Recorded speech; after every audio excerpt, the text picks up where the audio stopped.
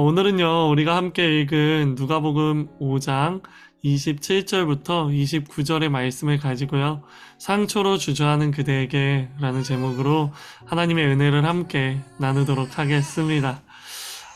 약간의 아이의 소음이 들어올 수 있지만, 소음이 아니라 또 우리를 집중할 수 있는 또 그런, 화이트 노이즈라고 생각하시고요. 오늘 기도의 자리 가운데, 집중해 주시기 바랍니다. 여러분, 혹시 방어기제라는 말을 들어보신 적이 있으신가요? 방어기제? 사람들은요, 누구나 저마다의 크고 작은 방어기제를 가지고 있습니다. 방어기제란 무엇일까요? 방어기제는요, 스스로를 지키기 위해서, 감정적인 상처로부터 자신을 보호하려고 하는 그런 심리의식이나 또 행위를 이야기합니다. 조금 더 쉽게 말하면요, 방어기제란 상처받는 것이 두려워서 스스로를 방어하기 위해 자동적으로 취하게 되는 행동이라는 것입니다. 다시 말씀드립니다. 방어기제란 상처받는 것이 두려워서요, 스스로를 방어하기 위해 자동적으로 취하게 되는 행동을 우리는 방어기제라고 부릅니다. 오늘 본문 말씀에는요, 바로 이러한 방어기제를 취하고 있는 한 명의 인물을 발견할 수 있습니다. 그 사람이 누구냐면 바로 예수님의 12제자 중 하나였던 마태입니다. 마태는요, 예수님의 제자가 되기 전에 한 직업을 가지고 있었어요. 마태가 어떤 직업을 가지고 있었는지 아시는 분 채팅방을 통해 혹시 적어 주시겠어요? 마태는 어떤 직업을 가지고 있었을까요? 마태는요, 예수님의 제자가 되기 전에, 맞습니다, 세리라는 직업을 가지고 있었습니다. 그렇다면 세리는 어떤 직업이죠? 세리는 무엇을 하는 사람이죠? 세리는 세금을 징수하는 관리입니다. 그 당시 마태를 비롯한 세리들은요, 로마 정부가 요구하는 일정한 액수의 세금을 거두어 드려야 했어요.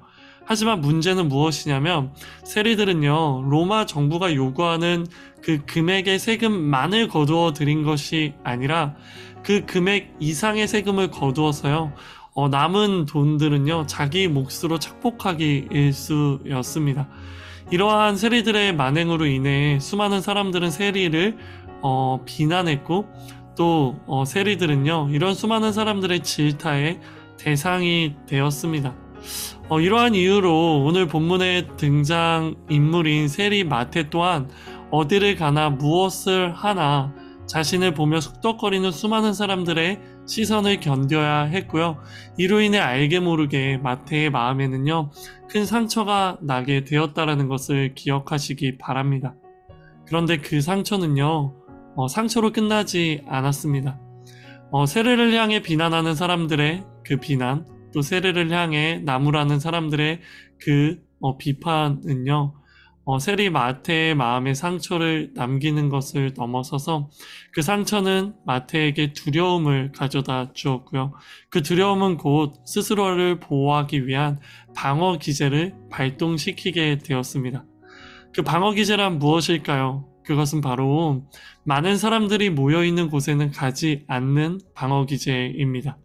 왜냐하면요, 사람들이 많으면 많을수록 자신을 향한 그 눈초리와 질타가 더욱 강하게 다가오는 것을 느꼈기 때문입니다. 우리 함께 27절의 말씀을 함께 읽어보도록 할까요? 각자의 자리에서 함께 읽도록 하겠습니다. 시작. 2일 후에 예수께서는 밖으로 나가 레위라는 세리가 세간에 앉아 있는 것을 보고 말씀하셨습니다. 나를 따라라. 여기서 말하는 2일 후에 라는 이 문장에 집중하기 원합니다. 여기서 말하는 2일이라는 것은요, 중풍병자를 고치신 사건을 이야기합니다. 예수님께서 중풍병자를 고치시는 사건, 바로 이 일이 있은 후에 예수께서는 밖으로 나가 레위라는 세리가 세간에 앉아있는 것을 보았다라고 기록하고 있어요. 이미 예수님의 치유 능력에 대한 소문이 자자했기 때문에요, 예수님이 가시는 곳에는 언제나 수많은 사람들이 모여들죠. 하지만 예수님이 중풍병자를 고치시는 바로 그 자리 가운데 수많은 사람들이 모여 있었지만 그곳에는 마태는 있지 않았다라는 것을 우리는 발견할 수 있어요. 왜요? 예수께서 이 일 후에 밖으로 나가 그 밖에 세리인 마태가 앉아 있는 것을 보았다라는 이 구절 때문입니다. 기억하십시오. 예수님께서 한 집에서 중풍병자를 고치실 때 그 집을 둘러싸고 수많은 인파가 있었습니다. 하지만 마태는요, 그 자리 가운데 있지 않았습니다. 마태는요, 그 자리 가운데 있지 않고 그 자리 밖에 세간에 앉아 있었습니다. 왜냐하면요, 마태에게는요, 사람들이 많이 모여 있는 곳에 가지 않겠다라는 그런 방어 기제가 있었기 때문입니다. 마태는 수많은 인파에 둘러싸여 있는 예수님의 근처에 가까이 가지 않았습니다. 왜요? 세리였던 마태는 오직 돈에만 관심이 있었기 때문에 예수님이 누구를 고치던, 예수님이 내 주변에 오던 그런 것에는 관심이 없었던 것일까요? 아니에요. 그렇지 않습니다. 그것은 마태의 방어 기제 때문이었어요. 나도 예수님께 가까이 가고 싶은데 내가 예수님께 가까이 다가가도 될까? 아니야. 분명 내가 다가가도 예수님은 나를 좋아하시지 않을 거야. 게다가 내가 다가가면 예수님 주변에 있는 수많은 사람들이 나를 비난하고 나를 비판할 거야. 그러면 나는 또 그 사람들의 비난과 비판 가운데 나는 또 상처받게 될 것이고 나는 또 힘들어질 거야. 그래서 나는 예수님이 계신 곳에 가지 않겠어. 그래서 나는 수많은 사람들이 모여있는 그곳으로 가지 않겠어. 나도 그곳에 가고 싶지 않아. 라는 마태의 방어 기제가 발동한 것입니다. 이에 대한 근거가 있을까요? 이에 대한 근거가 있습니다. 바로 마태복음 5장 28절입니다. 28절 제가 읽어드릴게요. 그러자 레위는 그 자리에서 벌떡 일어나 모든 것을 버려두고 예수를 따랐습니다. 라고 기록되어 있죠. 자, 여기서 그러자가 뭐예요? 27절에 예수께서 마태에게 다가가셔서 나를 따라라 라고 말씀하신 이후에 그 28절에 그러자 레위는 그 자리에서 벌떡 일어나 모든 것을 버려두고 예수를 따랐다 라고 기록하고 있죠. 예수님에게 관심이 없었다기에는요, 예수님의 부르심 가운데 그 어떤 한치의 망설임도 없었다라는 것을 우리는 발견할 수 있습니다. 바로 예수님이 나를 따라라라는 이 말씀 가운데 망설임 없이 모든 것을 버리고 예수님을 따르는 그 모습을 통해서 우리가 유추할 수 있는 것은요, 마태도 예수님에게 관심이 있었다라는 것이죠. 오히려 마태는 기다렸다는 듯이 벌떡 일어났고 모든 것을 버리고 예수님을 따라갔습니다. 이러한 마태의 모습은요, 곧 마태의 마음속 깊은 곳에 예수님을 향한 관심이, 예수님을 향한 그 갈망이 있었다는 반증인 것입니다. 하지만 예수님을 향한 관심과 갈망보다는요, 내면의 상처와 두려움이 더욱더 크게 작용해서요, 도저히 예수님께 가까이 다가갈 엄두를 내지 못한 것 뿐입니다. 하지만 그러한 마태의 상처, 마태의 아픔을요, 예수님은 알고 계셨습니다. 그래서 그러한 상처와 두려움, 자기 방어 기제로 무장한 마태에게요, 예수님이 먼저 다가가신 거예요. 그리고 그런 마태에게 말씀하십니다. 마태야, 나를 따라라. 나는 너의 방어 기제 속에 숨겨져 있는 너의 상처를 극복하고 싶은 너의 그 갈망을 안다. 나는 너의 상처를 알고 나는 너의 그 방어 기제를 알고 있어. 그러나 마태야, 내가 내게 명한다. 너는 나를 따라라. 예수님은요, 한 사람의 상처와 두려움, 실패감을 알고 계시는 분이십니다. 그리고 그 상처의 두려움에 휩싸여 방어 기제를 통해 애써 외면하고 있다는 것도요, 예수님은 알고 계십니다. 그래서 예수님이 먼저 찾아오셨습니다. 그리고 예수님은 그 사람을 찾아가 그 사람의 상처를 어루만지십니다. 사랑하는 여러분, 채팅방을 통해 이렇게 적어주시겠어요? 사람은 상처를 주지만 주님은 치유를 주십니다. 사람은 상처를 주지만 주님은 치유를 주십니다. 수많은 사람들의 비난과 비판으로부터 마태는 상처를 받았지만 예수님께서는 중풍병자를 고치신 후에 27절에 기록되어 있는 것처럼 밖으로 나가 레위라는 세리가 세간에 앉아있는 것을 보고 그리고 말씀하셨습니다. 나를 따라라. 상처와 아픔으로 또 방어기제로 똘똘 뭉쳐있는 그 세리가 앉아있는 것을 예수님은 보시고 다가가셔서 말씀하시며 부르신 것입니다. 그 부르심은 곧 마태의 상처를 치유하는 치유의 능력이 된 것입니다. 수많은 사람들로부터 받은 상처가 예수님이 다가오시고 예수님이 바라봐 주시자 완전히 치유되었고, 상처가 치유되자 그의 방어기제도 사라졌습니다. 그리고 마태는요, 그의 모습이 회복된 것입니다. 그렇다면 마태의 방어기제가 사라졌다라는 것을 우리는 어떻게 알 수 있을까요?